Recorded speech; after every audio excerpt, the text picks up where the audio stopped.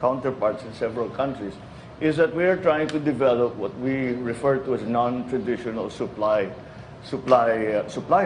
And because of the price of fertilizer, the lack of export of wheat, rice, of course, is another thing that we import. Corn, we were going to have to import.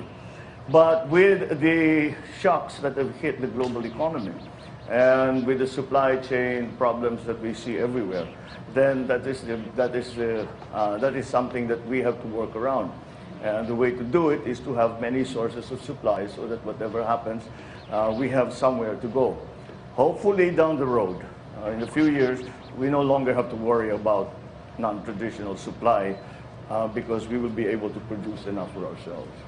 Mr. President, about the Maharlika Wealth Fund, Congressman Joey Salceda talked about a re-engineered fund.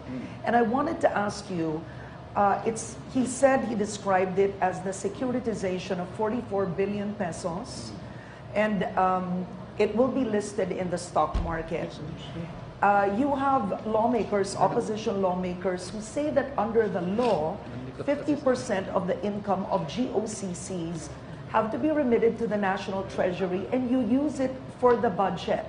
So along with that, how could you ensure that the fund won't be used for money laundering, given you will be accepting private funding? There's two in one there. Yes. We'll do the first one first. First of all, the idea of using the GOCCs to put value into the Maharlika Fund was broached in Davos. And it was brought up. I don't know why it's made this news here immediately to the Philippines, and people are very concerned about it.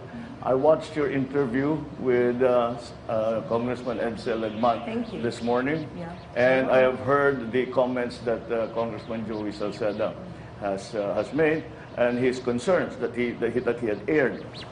I agree with that. You cannot use funds of the GOCC.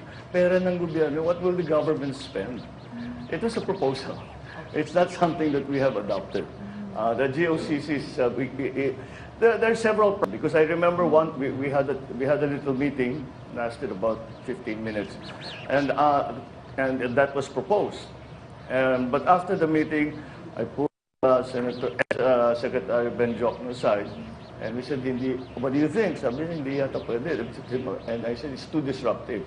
Think, every single GOCC has its own charter. How will you will then revise all of those charters to align with the Maharlika Fund? And that's not the purpose of the GOCC, number one. Number two, this is a lot of income that goes to the national government that will suddenly disappear. So that will be it will not disappear. It will go into the Maharlika Fund and cannot be used for the budget of the national government. And we have many things that we would like to appropriate in the coming years, and we will need those funds. So I don't think that that's a viable proposition, at least not for us. I've seen, I know that there are other sovereign wealth funds that did it that way. But it's parang hindi bagay sa atin yun. Kaya we are a little lukewarm about that idea. The worry about the fund being used as a money laundering device implies that private monies will be put into the fund. But yes, private monies will be involved with the fund, but it's not a savings account that you just put it there and it stays there. No, what will happen is the Maharlika Fund will serve as the seed fund for the Sovereign Wealth Fund. And the 40 billion, 30 billion, 40 billion, whatever it may come to at that point, is going to serve as a seed money for the fund.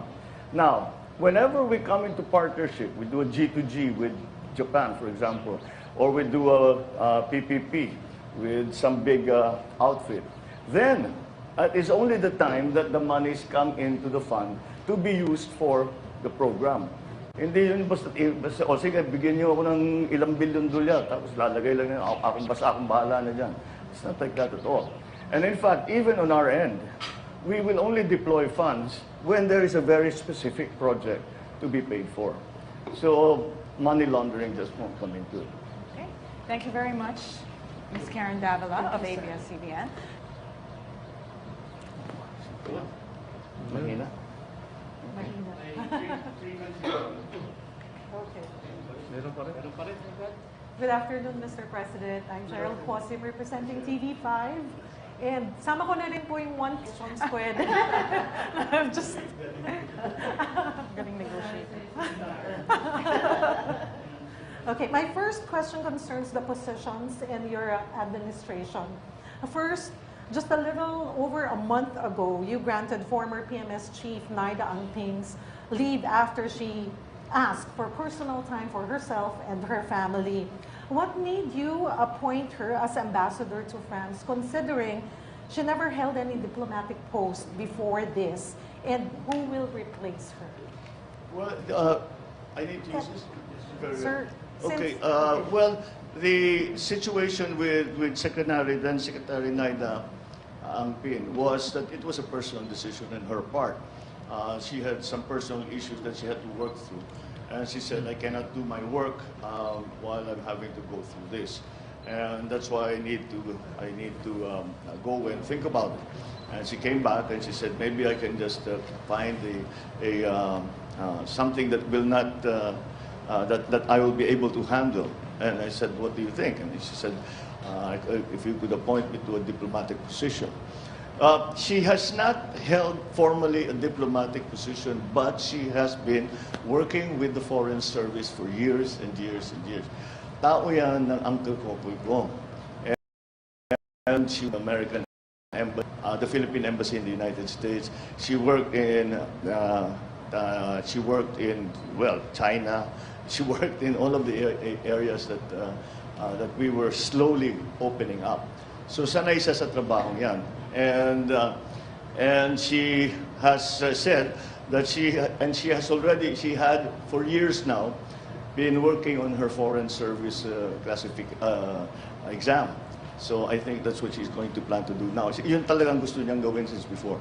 So now we'll formalize her wishes. So, but again, the reasons for it are personal. So I don't think it's my place to talk about that. Yeah, it is her choice. Okay. Like what I've said, possessions in your administration. Isa pa lang, sir. Pero ito na, kasi pahabol dun sa first. Okay. About Erwin Tulfo, it was reported that you're gonna appoint him as one of your presidential advisors. If so, on what? No, that's really not been part of the plan for Erwin. No, we had other plans for him. Not as a presidential advisor. But he would still be part of your administration. I hope so. I hope so. Because whatever we say, difficulties that he faced with the Committee on Appointments and the CA, the time that he was running the DSWD, he did a very good job. So we can't lose that kind of asset. So we'll find something that he can do, so we could take advantage of his good instincts when it comes to social service. Mr. President, still another position in your administration. May mga comments po ang mga senador na mag-appoint na po kayo ng secretary po sa DA and other groups para daw po mas matutukan ang ahensya. Your comment on that? For me, there really are things that I can do that if there was a secretary and he or she did it, hindi magagawa pero matagal, madaming diskusyon, and they'll have to come up with. Well, the president, they cannot say no to. And pag hindi nila ginawa yung utos ko, pwede ko sitahin. Yung secretary, they can, pwede, alam mo na, you know, it can still be may pakiusap pa. And so that's what I bring to the position. Is that when I make a decision, I say, this is what we need to do, this is the plan, every one of you follow this plan. You do this, you do that, magtatasking tayo. Kailangan masunod yun. And if not, then I can chastise them, I can move them aside, push them into other positions, etc., etc., etc. But generally speaking, If the president asks you to do something, they'll do it. If somebody else will do it, they may do it. They probably do it, but they may not. So we want to take that wiggle room out of that system. And this is my second question, Mr. President. Just a few weeks after your visit to China, Chinese Coast Guard drove away Filipino fishing boats in Ayungin Shoal. What message does this give you? And what happened to President Xi Jinping's promise for a compromise? Well, we haven't come to that compromise yet. And if the timing of what we refer to as shadowing, is what they do is they shadow our fishing boats.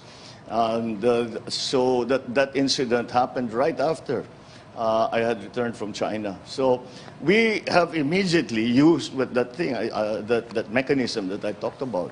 Sinabi, we can even immediately contact the Chinese government, and hopefully, though our counterparts on the other side can bring to President Xi's attention this problem, and we have done that.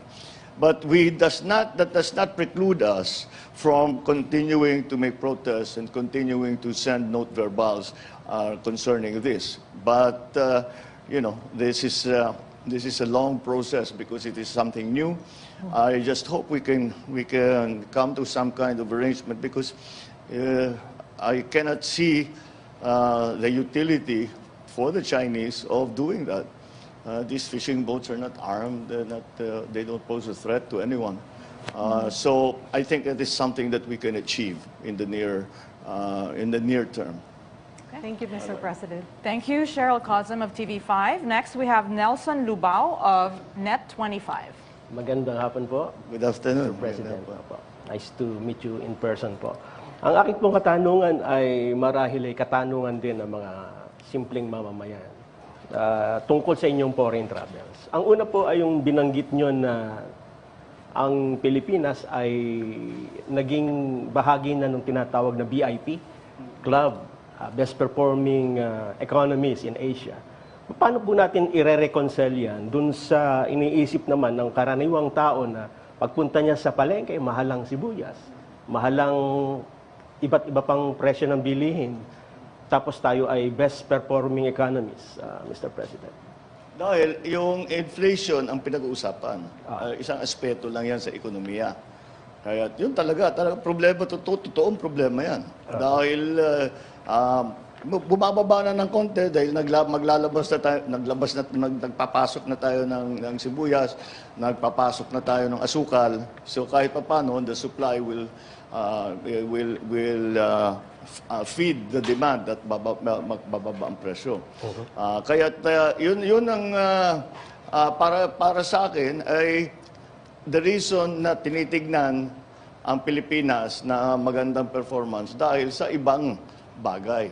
Okay. Kasi maghanap ka ng bansa na 7.1% ang growth rate, na bumaba ng 4.2% ang unemployment rate, na mas mababa ngayon kaysa sa bago ng pandemya. Ibig sabihin, nakapag-create tayo ng halos 2 million jobs mula noong 2020 hanggang ngayon. At yung pati yung peso, medyo tumibay na. Kaya palagay ko, yun, hindi lang ang inflation, kasi lahat naman ng ibang bansa, ganyan din ang inflation. Kaya kung titignan ninyo, ay sasabihin, ito yung mga ibang bagay na kaya't matibay. Kaya nabuo, gumawa, kasi wala namang VIP noon . Nangyari lang yan dahil nagpe-present tayo doon sa Davos, at marami tayong pinakita, marami tayong paliwanag, marami tayong diskusyon sa kanila. Sabi na kasama na kayo dun sa grupong yun, Vietnam, Indonesia, and Philippines. So sa Asia, yun ang tatlo na uunahin nilang tignan as investment destinations. Pero ito pong performance natin sa ekonomiya ay siguro in the following months or days mararamdaman din ng karaniwang mamamayan. Siyempre, hindi naman kasi basta magpasok ako ng ilang tonelada ng sibuyas, bukas bababa na yung presyo. It has to go, dadaan pa sa sistema yan. It takes a little while. Pero hindi naman ganun katagal. This year talaga, yan ang problema kung hindi nagpapatulog sa akin yung inflation . That's what I lose sleep every night over, is how to bring down inflation. So I'm determined to make sure that the inflation starts to come down in the first quarter pagkatapos nun. Second question ko po, foreign travel din. Bakit ba ang Pangulo ay travel and travel? Ang dami namang problema sa bansa. Ano ba ang sa tingin po ninyo travel ninyo na talagang merong immediate effect sa mga Pilipino? Ay, hindi, proseso yan. Matagal. Proseso yan. Hindi yan yung pupunta ka, tapos kakausapin mo yung korporasyon, nagustuhan ka, ito malaking pera, sige, sa'yo na. Hindi ganoon. Magpapakilala muna tayo. Dahil pagka hindi tayo bumiyahe at nagpakita diyan sa mga conference na yan, hindi tayo iniisip. Wala sa isip nila ang Pilipinas. Siniisip lang nila, dito tayo sa Vietnam, doon tayo sa Indonesia, o doon tayo sa China, doon tayo kung saan-saan. Hindi Pilipinas ang iniisip.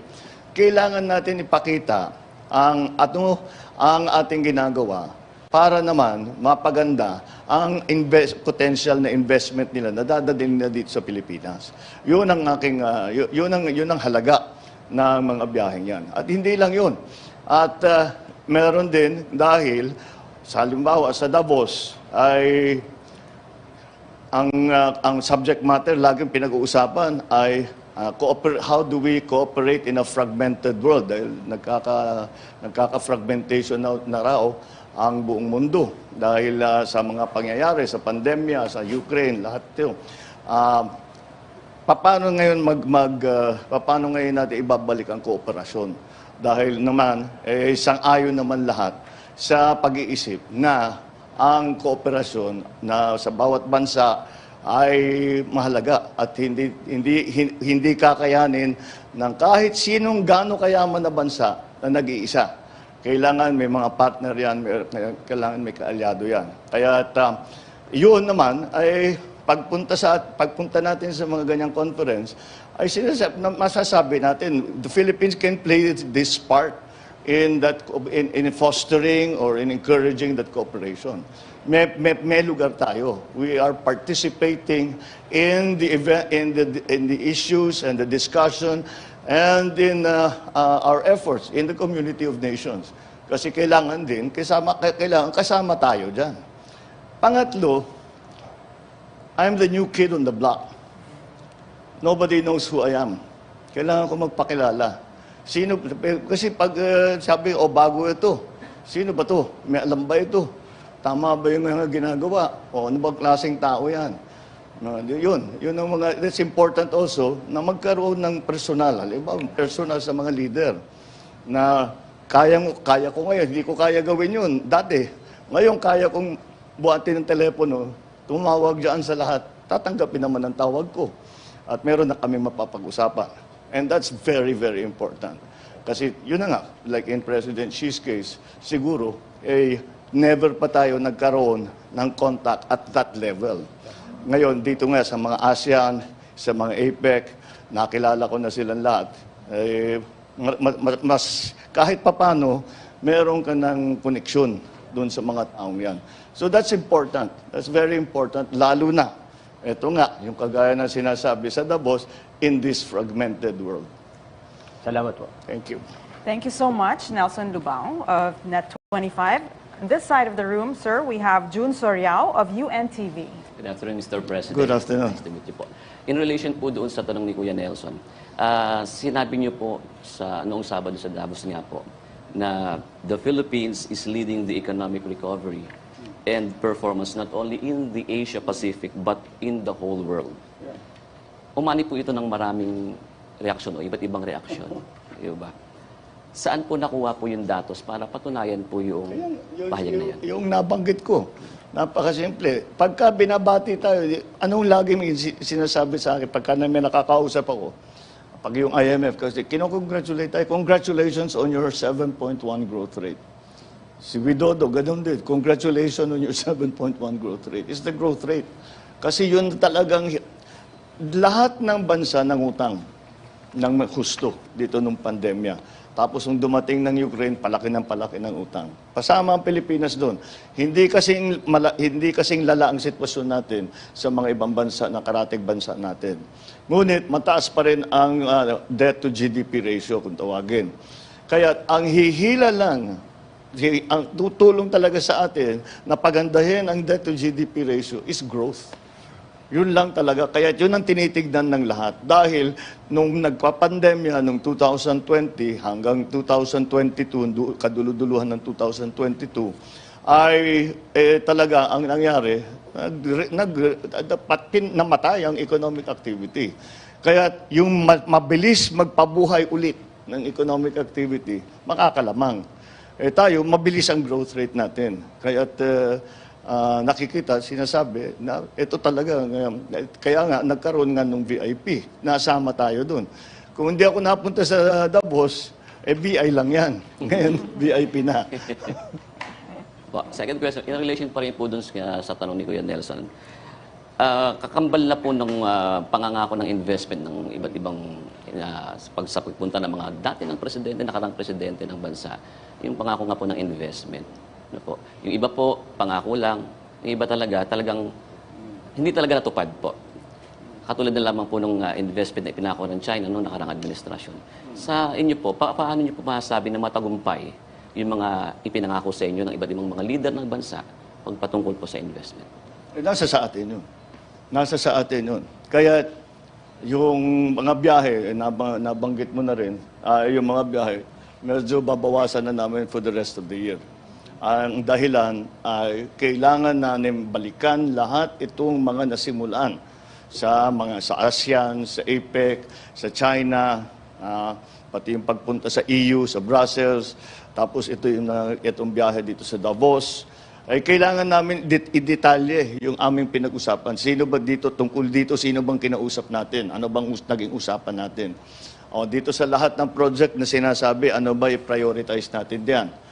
Kailangan na namin gawin yun. Hindi pa namin nagagawa dahil busy kami nga ng biyahe. Pero at least meron kaming naiuwi. Ngayon, kailangan na natin i-consolidate, kailangan na natin i-follow up, kukulitin na natin yung mga kausap natin, yung pinag-usapan natin, ituloy na natin ang usapan. Nasa sa atin talaga yon. Kung pababayaan natin yan, marami na tayong nakita. Nagpumirma ng katakot-takot ng MOU, wala naman nangyari. Kaya yung MOU para sa akin, maganda yan, okay yan, pero simula pa lang yan. Hindi pa yan project.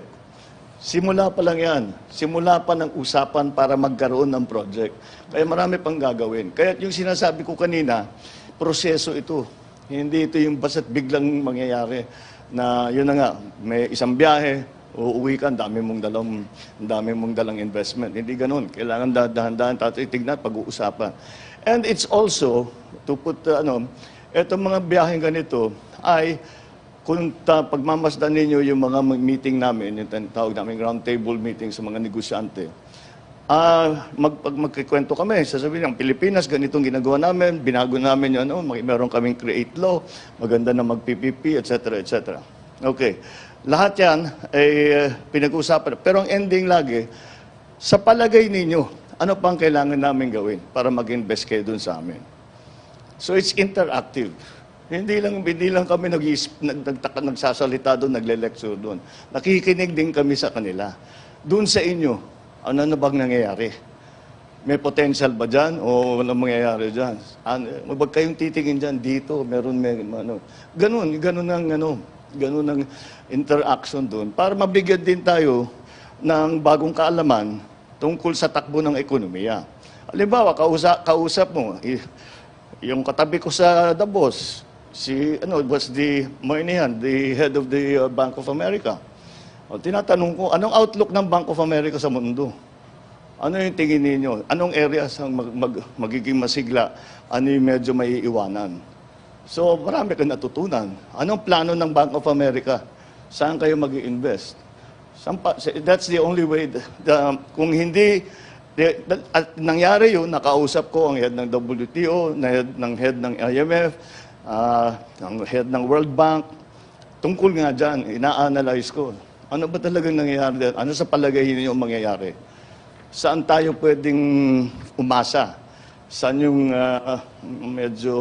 medyo mahina ang pagbago. So it's a whole process, but they learn about us, but we certainly also learn about them. So that's also very important. Thank you very much po. Thank you. Thank you, June Soriao of UNTV. Next, we have Mela Las Moras of PTV4. Hi, good afternoon, Mr. Good afternoon. President. I'm Mela from PTV4. Sir, follow-up lang po dun sa nabanggit nyo na, yun nga, magbabawas na kayo rin ng biyahe this year. Pero saan-saan po kayo yung mga kumpirmado nyo ng pupuntahan at gaano ito kahalaga para sa ating bansa, yung mga biyaheng ito? The only one na confirmed sa ngayon, APEC, November, sa States. Pero November pa yun. Hindi, kasi ang Philippine, dapat naman talaga ang Philippine President, kailangan pumunta sa lahat ng APEC. Importante talaga at maraming talagang napapag-usapan. Kahit yung, kung minsan 5 minutes lang, mag-uusap kayo. Pero mula doon, meron na, bigay na kayo ng number, pwede mo nang tawagan, pwede mo na i-follow up. At kung minsan, ang nangyayari dyan, kaya kumpleto ang delegasyon namin. Dahil pinasabi ko, kung ano pang mangyari, kailan handa tayo, nandyan yung sekretary na dapat magtrabaho. Nandyan yung staff niya para gawin na yung papeles, hindi na mag-aantay na pag-uwi ng Pilipinas. Nandyan na lahat, kailangan kompleto. Kasi itong mga biyaheng ito, 2 araw yan eh. 2 araw, mahaba na yung 3 araw. Ang dami mong gagawin doon sa 3 araw na yun. Kaya kailangan kompleto na kompleto ka. And that's why that we have tried to be very ready for that. The APEC, again, is one of those that I really have to, a Philippine president should really attend. Because it is the relationship, essentially, between ASEAN, the Philippines, and the rest of the world. And those are very, very important relationships. So, sa ngayon, yun pa lang na confirm. November, APEC. Opo. Sa San Francisco ata. Opo, and sir, kasi for my second question, about naman sa Maharlika Investment Fund ulit, ngayon kasi nagbalik session na ang Kongreso. Ano po yung mensahe nyo sa Senado? Kasi nasa kanila na ngayon yung bola patungkol dito sa MIF at kailan nyo po ba target itong maisabatas mismo? Ang message ko sa Senado, suriin ninyo na mabuti para maganda yung batas natin. Suriin ninyo na mabuti. Siyempre, mas maganda na matapos sa lalong madaling panahon.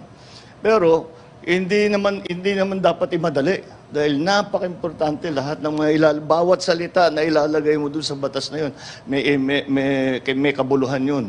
Hindi mo basta't pwedeng, tama na yan, okay na. Kailangan talagang pag-aralan na mabuti. Malaki naman ang tiwala ko sa mga senador. Alam naman nila yung kanilang trabaho. Pag-aaralan talaga nila na mabuti yan. And that's the process. Tama yun. Tama yun. But in terms of when scheduled, nag-release ng statement si Senate President na baka by Holy Week matapos na. Maganda yun. That would be good.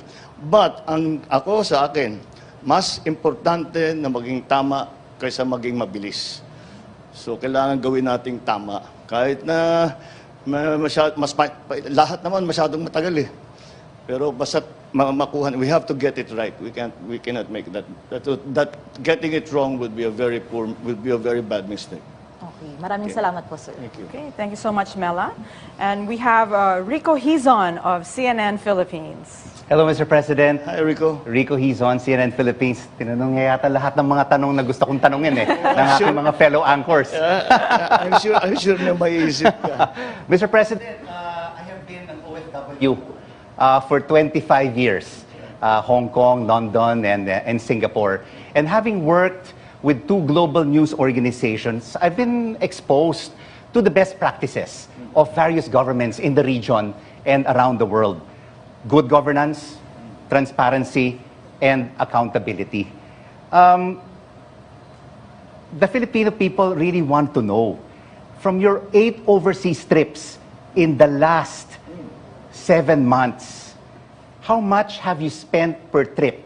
Indonesia, Singapore, when you went to Europe, to China, and here in Davos, and the number of people in your official and unofficial entourage list. Para lang klaro po sa ating mamamayang Pilipino. Well, I don't have the figures. I'm sure their figures are somewhere. But Pero will it eventually be revealed, Mr. President?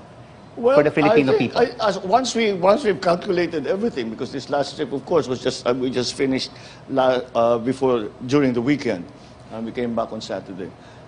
So on terms of the cost, the way I see it, you have to look at it as ROI. Do we bring something back or do we not? If you say, I don't know, as I said, I don't know the exact figures of the costs and everything. But, for example, we came back from China with pledges of 22 billion. Let's say we get actual out of that 1 billion. Bawing-bawi lahat ng 8 trips. Finished. That's the idea. And we did not only go to China. We went to Davos. We went to the EU. We went to ASEAN. We went to APEC. So in each of those, many pledges were signed. And as I said, it is up to us.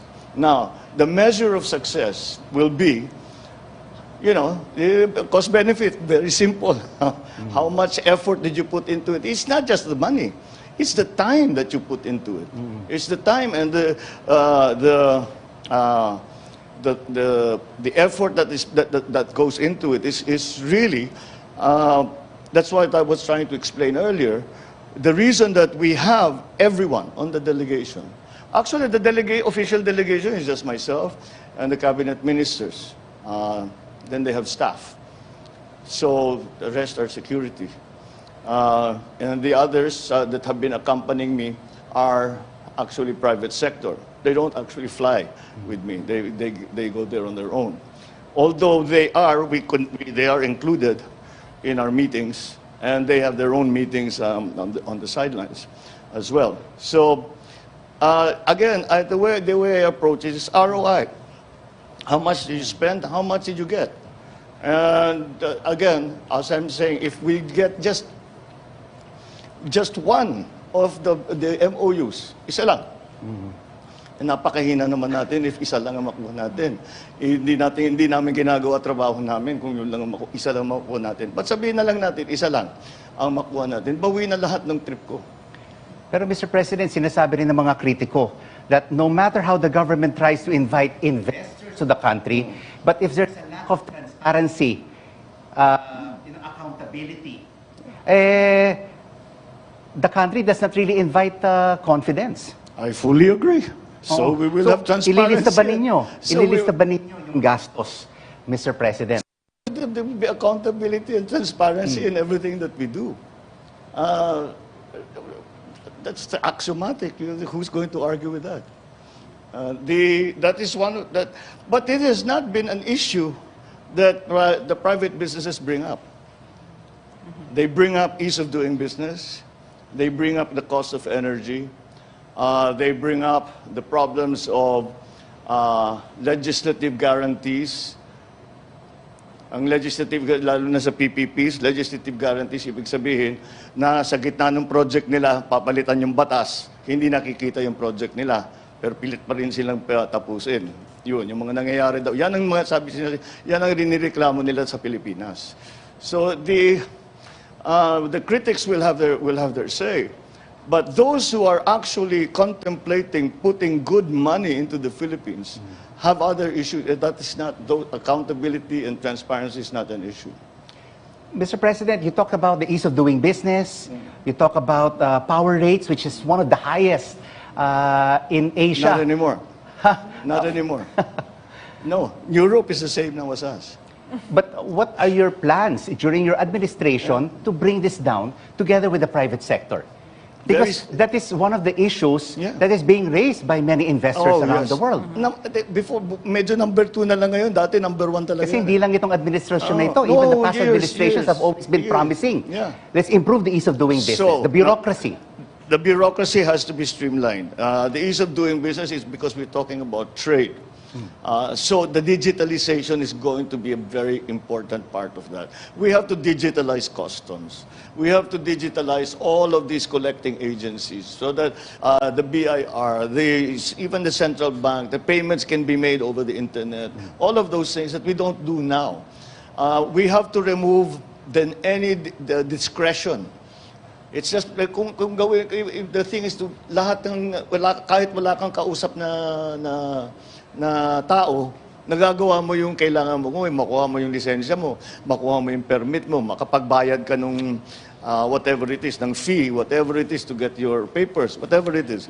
So we came up against a very disturbing finding here in the Philippines.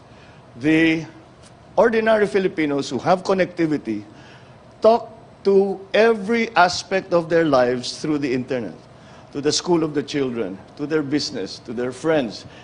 And the only entity that they do not talk to over the internet is the government, because the government is not digitalized. So let's digitalize the government, and that will take us a long way to helping in the ease of doing business.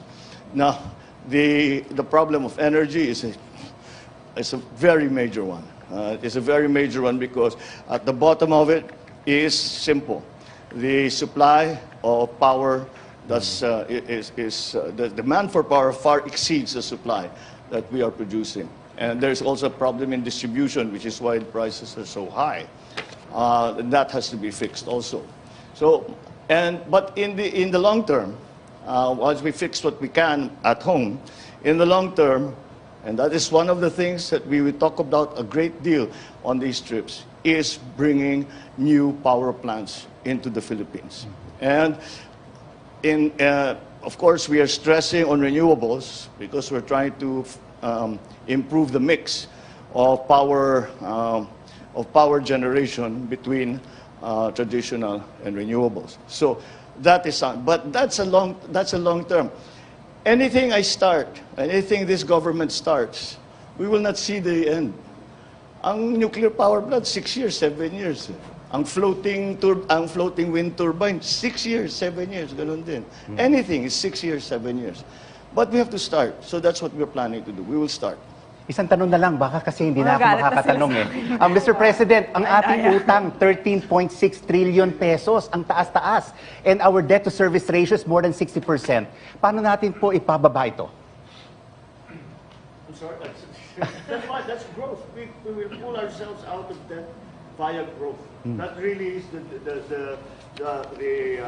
the guiding principle to the economic plan. And through investments and the pledges that you will be focusing on. Well, yes, make them real so that growth continues to pull us out and then provide new jobs. Now we're very proud that we're at 4.2% unemployment rate, which is like, you cannot have a recession if your employment rate's that low. But despite that, we still have to make the jobs more higher quality. We have to make them better. These green jobs, which is what we're talking about, and even the new technologies that are going to be used for our OFWs, all of these things, the upskilling, the reskilling, that's all we talk about. That's all, because those are the things that we need to do. It's not one simple thing. There is no silver bullet.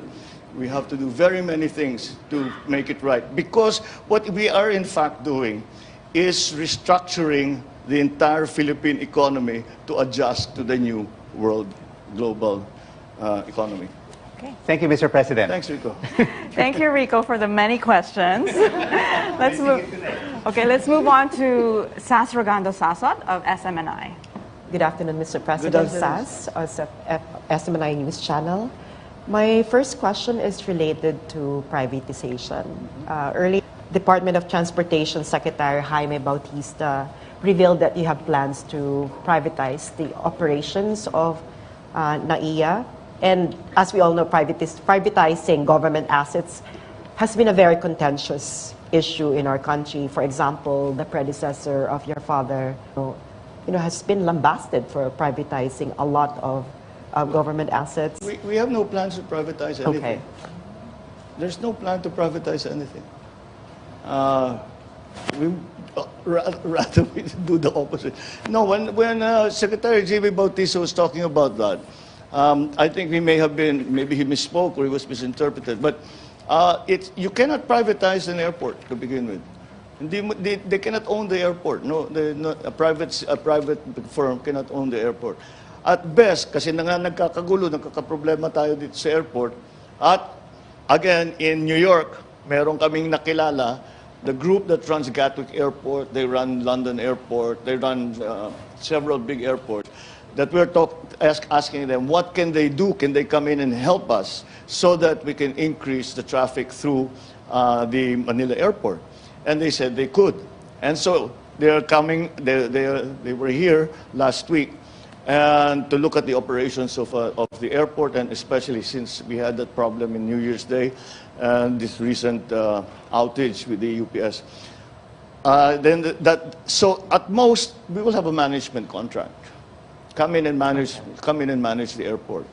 And they say that without changing anything, without changing, without new equipment, without building a new runway, that they can increase the traffic from what is presently, they refer to as 35 movements per hour to up to 45 movements per hour without changing anything.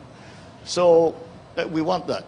And those skills can only be had from this group. And, well, no, there are several groups, but they can be had from the private sector group who have huge experience in running ports and running airports.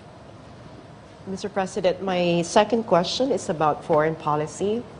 You have been very clear and emphatic since the start of your administration that you're going to continue the foreign policy doctrine of your predecessor, the friend to all, enemy to none foreign policy doctrine of non-alignment. My question is related to how further you're going to possibly refine or operationalize this doctrine.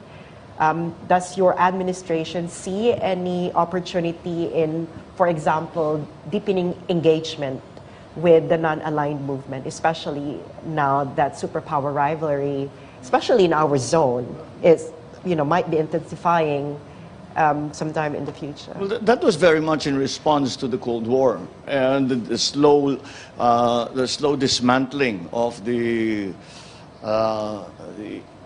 organs of the Cold War, if that's what you want, that's how you want to put it, and that is why that non-aligned treaty was created between several nations who said that we no longer subscribe to the notion that we as a country must choose to side with one superpower or another, and that is precisely what we have undertaken.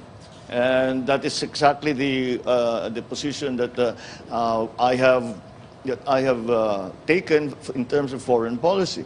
Although this came up again in our discussions in the conference, is the question that was asked was very, very actually thought-provoking. Will geopolitics finally kill globalization? Because geopolitics is pulling people apart and all these aggruppations are being pulled apart. And the general conclusion is that that countries realize that alliances are important, are in fact they're more than important, they're necessary. Nonetheless, these alliances do not mean that we are, again, within the sphere of influence of any great power. As a matter of fact, in ASEAN, we all came to the agreement that at the very least, in ASEAN, in the Asia-Pacific region, the future of the region must be decided by those in the region, not by some outside power. And so I think the idea, I do not know of I do not know of any formal meetings or conferences of the non-aligned nations. They used to have them. They don't have them very much anymore. I don't know about that, but we are very much in the spirit of that treaty. We are very much part of it in the sense that we continue to walk that very fine line between two great superpowers who are surrounding us, both physically and geopolitically. Thank you, Mr. President. Thank you, sir. Okay, thank you so much, Sas Reganda Sasot of SMNI. And last but not least, we have Ivan Mayrina of GMA7. Mr. President, good afternoon. I'm Ivan Mayrina. I represent GMA Integrated News. Before I proceed to my two questions, I'd like to ask a follow-up question from Cheryl's question earlier about the latest incident in Ayungin Shoal. Mr. President, how do you intend to resolve the seeming disconnect between what gets agreed upon at your level, at the top level, and what gets implemented out at sea? I know you said there is no compromise yet, but in the meantime, our fishermen are being prevented from engaging in their livelihood. Well, I think the actions that are needed are really from the Chinese side, and that is because we do not send Coast Guard boats into what we consider their waters or international waters. They stay within Philippine waters, and so that hopefully, as I said, the reason that it was important for me. Let me clarify what we talked about with President Xi. And it was very simple. I said we have to raise the level of discourse between the Philippines and China. Now, we already have a bilateral group that's working on issues about the South China Sea.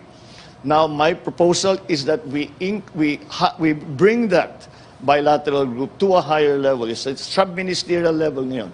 So let's bring it to a ministerial level. And I will ask my foreign secretary to be part of it. I will ask my ambassador to China to be part of it. And I guarantee you that if there is any decision that needs to be made, either of those gentlemen can pick up the telephone and talk to me. And within 5 minutes, we will have a decision. I hope that China can do the same. And that is what the President Xi was agreeable. And he said, why not? So he assigned his foreign minister to take care of the details. That's what we're working on now. Now, with the power structure in the People's Republic, I think that if the President Xi, puts out an order that we will not do that anymore, we will do something else, then I think it will be. I think the chain of command is fairly solid. That because again, we will be able to report any violations of whatever agreement we come to. Unang tanong ko pala. Kamakailan po naglabas ng video si First Lady Lisa tungkol sa, naglabas siya ng warning sa mga taong gumagamit daw ng kanyang pangalan para ma-appoint. Apparently, it had something to do with appointments at the AFP. At sinabi niya, pag ginawa niyo yan, sasabihin ko sa asawa ko, huwag kayong i-appoint. My question, Mr. President, is how involved is the First Lady in your decisions with regard to appointments and in your governance in general? Zero. She really has no input on that. The First Lady helps me in terms of the organization, because she's actually very, very good at that. Organizing which office, how the workflow goes, where the documents go through. She's a well-trained lawyer, so she's very good at that. And but that's the extent of it. We don't talk about, we don't talk policy together. I mean, she'll comment. She'll generally say that, that looks good, that doesn't look good, I don't know why you're doing that, that's fine, what a great idea. But that's it. Do you consult her in difficult decisions? Not political. Not political decision. Legal. Oh yeah, legal, I will ask her. I will ask whenever there's a legal question. I'm not a lawyer, so I need an expert opinion. She's right next to me most of the time, so I can turn to her. I am very lucky, actually. I think I have the best legal representation of any president. I have a former Chief Justice as my executive secretary. I have JPE, who is working as a legal advisor to the president. And between all of these experts and legal luminaries, that's the only time that the discussion may include Lisa. But she doesn't come to the office and sit with us at all. If I have something to ask her, it's usually definitions. Define to me what is the legal definition of this? What is the legal definition of that? When they talk about this, what do they mean? What's the legal concept behind that? It's usually, that's the kind of question, because she's a teacher. So that's the kind of question I ask her. Last question, sir. Okay. Madalas rin pong isama si Congressman Sandro sa inyong mga biyahe at sa inyong mga engagements. The question is the congressman being groomed as the next Marcos president? Sandro? No. He's not being... We're not grooming him for anything. He's grooming himself. He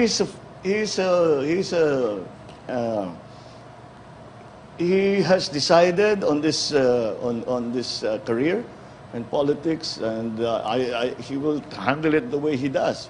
There's not some long-range plan that one day Sandro is going to be president. He will laugh. Actually, he'll laugh in your face if you tell him that. But no, there's no. We don't think in those terms. He has worked in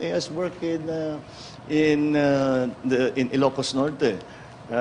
Even talk of the presidency would be so premature, and it's not something that we plan. I mean, we'll see. I think he has the same attitude as I do. I'll take this as far. I'll do as well as I can, work as hard as I can, and take this as far as I can. Which is exactly what I said. You know, well, like when people talk about did you plan this to be president? I said, well, you know, I was a congressman. I said, well, masarap din siguro mag-presidente, no? Oh, governor ba? All these problems na hinaharap ko, maayos ko sana ito kung presidente na ako. Senador, ganun din.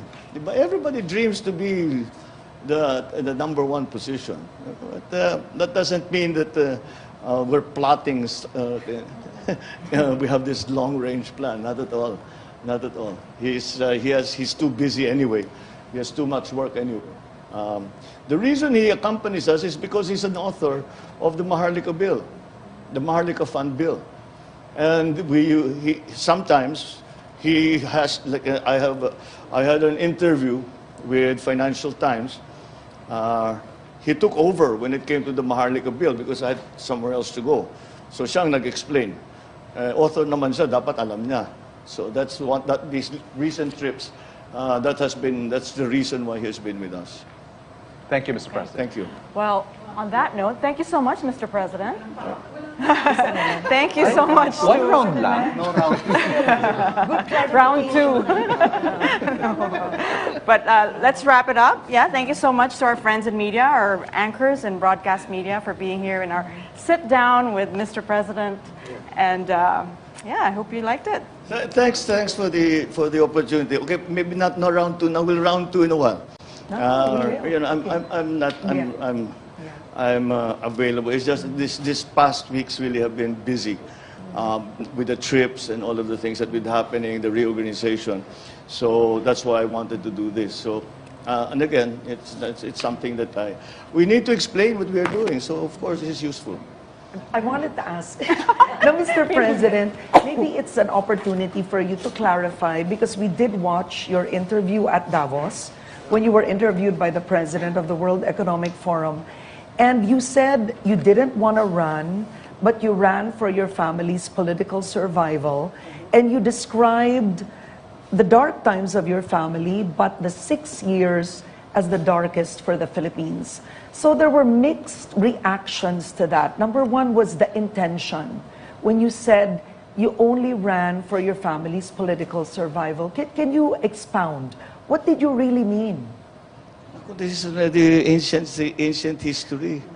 And my view on politics when I was little is well known. I was avoiding politics, but we'll take it up the next time. Okay, I think it's a good time to have a